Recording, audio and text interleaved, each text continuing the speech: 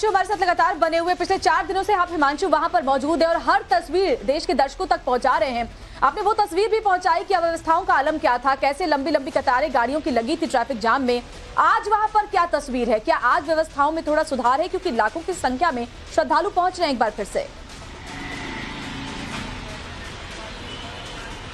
देखिए, हर बार कोशिश यहाँ पर ये की जाती है, क्योंकि जैसे ही मीडिया में ये खबर चलती है कि अव्यवस्थाओं का अंबार है, जो कि सच्चाई है, जो कि किसी से छुपा नहीं है और कैमरे में कैद हुआ है। कल हमने दिखाया था कि कैसे जब रास्ते में हम जा रहे थे तो गाड़ियों का लंबा अंबार यहाँ पर लगा हुआ था, भीड़ जाम लगा हुआ था, एम्बुलेंस उसमें 2 से 3 एम्बुलेंस फंसी हुई थी और हमने वहां के से बात भी की और ड्राइवर ये कह रहा था कि कोई व्यवस्था ही नहीं है, मरीजों को यहाँ पर दिक्कत हो रही है, बहुत मुश्किल हो रही है, बहुत दिक्कतें हो रही हैं।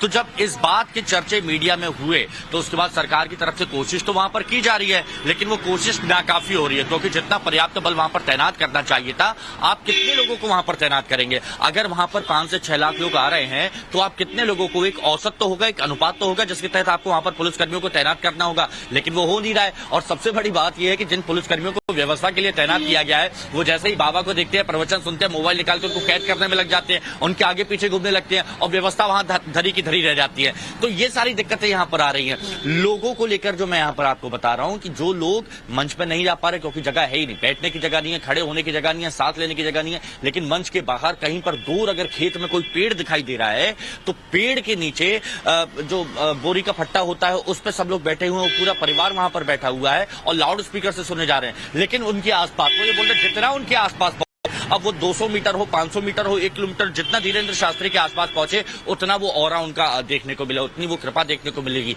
अब व्यवस्थाएं हैं लेकिन इतनी भीड़ का अनुमान यहाँ पर नहीं लगाया गया था और भीड़ अप्रत्याशित तौर पर जिस तरह से बढ़ रही है इतनी ज्यादा संख्या में श्रद्धालु जो है हिमांशु वहां पर पहुंच जाएंगे। साकेत भी हमारे साथ जुड़ चुके हैं, उनका भी रुख कर लेते हैं। साकेत, ठीक है, सरकारी किसी नुमाइंदे को वहां पर नहीं पहुंचना है, नहीं पहुंच रहे हैं, लेकिन सब कुछ जो है पूरी परमिशन के साथ ही किया जा रहा है ना। जब ये पूरा कार्यक्रम वहां पर हो रहा है, दिव्य दरबार लग रहा है, कम से कम जो इतनी संख्या में श्रद्धालु पहुंच रहे हैं उनका तो ख्याल रखा जाना चाहिए। जो पूरी व्यवस्थाएं हैं वो तो कम से कम होनी चाहिए। इसका ख्याल क्यों नहीं प्रशासन यहां पर रखता हुआ नजर आ रहा है?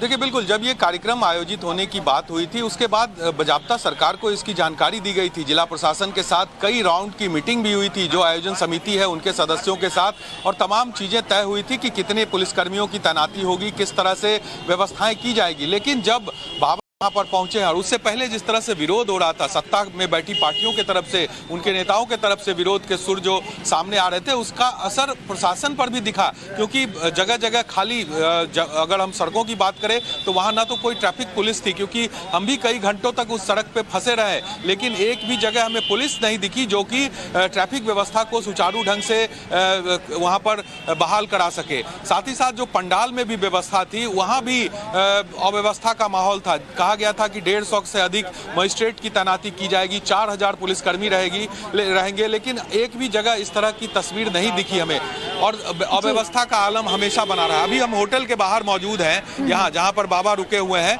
और यहाँ भी भीड़ है, लेकिन आपको कहीं भी, आप देखिए, घुमाकर कैमरा एक बार दिखा दें, एक भी अगर पुलिसकर्मी आपको यहाँ दिख जाए, क्योंकि बाबा अंदर है, तो ऐसे में जरूरी है कि लोग, चूंकि भक्त यहाँ पर दिन रात मौजूद रह रहे हैं, लेकिन एक भी पुलिसकर्मी आपको कैमरे की नजर में नहीं दिखेगा जो कि यहाँ पर हो, ताकि अगर भीड़ यहाँ पर बढ़े, अगर कोई अव्यवस्था हो तो उसे कंट्रोल किया जाए। तो मैंने वो तस्वीर आपको दिखा दी कि कहीं भी आप ढूंढ भी नहीं पाएंगे कि एक पुलिसकर्मी यहाँ है। कुछ पुलिसकर्मी 2-4 जो है वो होटल के अंदर ही बैठे हैं। वो पुलिस देख रही है कि बाबा को लेकर के जो दीवानगी का आलम है, जो श्रद्धा है, वो कितनी ज्यादा है इन भक्तों के बीच में। आप दोनों बने रहे हमारे साथ। लेकिन बिहार में जल्द ही बाबा बागेश्वर का एक और दरबार लगेगा। 27 सितंबर को बिहार के गया में पंडित धीरेन्द्र शास्त्री अपना दरबार लगाएंगे। बाबा ने खुद अपने कथा के दौरान इस बात का ऐलान किया। बाबा बागेश्वर ने कहा कि पहले गया आएंगे और उसके बाद पटना वापस लौटेंगे, और 27 सितंबर का ये दिन जो है वो तय किया गया है। और जब कथा कर रहे थे बाबा बागेश्वर, तो उसी दौरान उन्होंने इस बात का भी ऐलान यहां पर किया कि बिहार के गया में भी बाबा का दरबार लगेगा। तो ये तो पटना की तस्वीरें हैं, किस तरह बिहार में वहां पर दरबार लगने वाला। लेकिन एक और बड़ी खबर यह है कि दिल्ली में भी बाबा बागेश्वर का दिव्य दरबार जो है वो सजेगा, और जुलाई में आईपी एक्सटेंशन में ये दरबार धीरेन्द्र शास्त्री का लगेगा। तो इसके अलावा अक्टूबर में बाबा बागेश्वर का दरबार लगेगा 27 से 31 अक्टूबर तक। बागेश्वर बाबा का ये दिव्य दरबार दिल्ली में आईपी एक्सटेंशन में लगने वाला है। तो देश के अलग अलग राज्यों में पंडित धीरेन्द्र शास्त्री अपना दिव्य दरबार लगा रहे हैं और श्रद्धालुओं में उत्साह इतना ज्यादा कि दूसरे राज्यों से भी उनकी एक झलक पाने के लिए, उनका आशीर्वाद लेने के लिए भक्त पहुंचते हैं। 27 से 31 अक्टूबर की वो तारीख बताई जा रही है जब दिल्ली में ये दरबार लगने वाला है। बिहार ही नहीं, हम दिल्ली में भी, अच्छा, कई लोग यहाँ दिल्ली और मुंबई से भी जा रहे हैं, बंगलोर से जा रहे हैं, तो बंगलोर भी वो जाने वाले हैं। और हम दिल्ली के हमारी लोकसभा में अक्टूबर के 27 से 31 अक्टूबर तक उनको हम धीरेन्द्र कृष्ण शास्त्री जी को बुला रहे हैं। और अभी इसी जुलाई में ही हम यहाँ आईपी एक्सटेंशन दिल्ली में गुरु जी को बुला रहे हैं।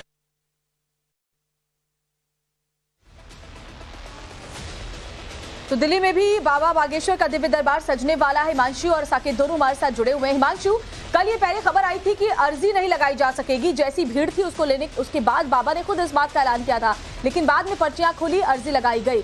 आज का पूरा कार्यक्रम क्या है? देखिए, आज अर्जी यहाँ पर नहीं लगाई जाएगी। अर्जी के लिए 15 तारीख को ही यहाँ पर निर्धारित किया गया था, लेकिन भीड़ की वजह से उसको पहले स्थगित कर दिया गया। पहले खबर आई, लेकिन उसके बाद टाइम्स टाउन ऑफ भारत ने ही सबसे पहले ये बताया कि अर्जियां लगाई जाएंगी, लेकिन वो 14 से 15 लोग होंगे जिनकी अर्जियां यहाँ पर सुनी जाएंगी। अब आज का जो कार्यक्रम है, वक्त थोड़ा सा पहले हो सकता है, क्योंकि देखिए 4 बजे जब आते हैं धीरेन्द्र शास्त्री, तो 4 बजे से आते आते उन्हें 4:30 5 बज जाते थे। 5 बजे रामकथा शुरू होती थी, वक्त हो जाता था 6:30 7 7:30, और उसके बाद जब निकलते थे शाम हो जाती थी, बहुत ज्यादा भीड़ हो जाती थी। तो यही ध्यान में रखते हुए कल आपने देखा होगा, साकेत और हम जब उनके होटल के बाहर खड़े थे, तब 12:30 1 बजे वो वहां से निकल गए थे और 1:30 या 2 बजे उन्होंने अर्जी सुनना शुरू कर दिया था। यानी बहुत जल्दी वहां पर पहुंच गए थे, सारे कार्यक्रम बहुत जल्दी होते।